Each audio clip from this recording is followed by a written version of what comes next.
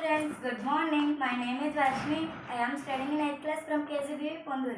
Today I will activity name is electroplating activity. Electroplating activity material required copper plate and key, connected wires and battery, glass and water, copper sulfate. This is process.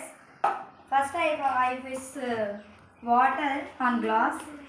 Next copper sulfate mix on water.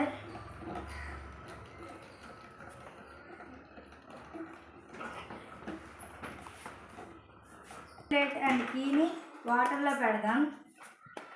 Key and copper plate ఒకదానికి ఒకటి touch అవ్వకుండా ఉంచండి. Key పైన coating పడడం అనేది మనం గమనించవచ్చు. చూడండి ఇప్పుడు కీ పైన ఎంత బాగా కోటింగ్ అనేది పడడం గమనించాము మనము.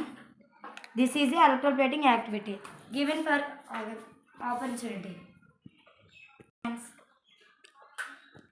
Thank you friends.